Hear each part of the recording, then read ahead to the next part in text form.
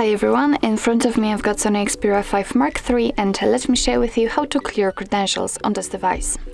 So first of all, let's enter the settings and now we have to find the security option. Now let's tap on encryption and credentials, and as you can see at the very bottom of it we've got the clear credentials option. So let's tap on it. Your device will ask you if you really want to do it, so simply tap on OK, and here we've got the information that the credential storage has been erased successfully. So actually this is it. This is how to remove credentials in your SONY Xperia 5 Mark III. Thank you so much for watching. I hope that this video was helpful, and if it was, please hit the subscribe button and leave the thumbs up.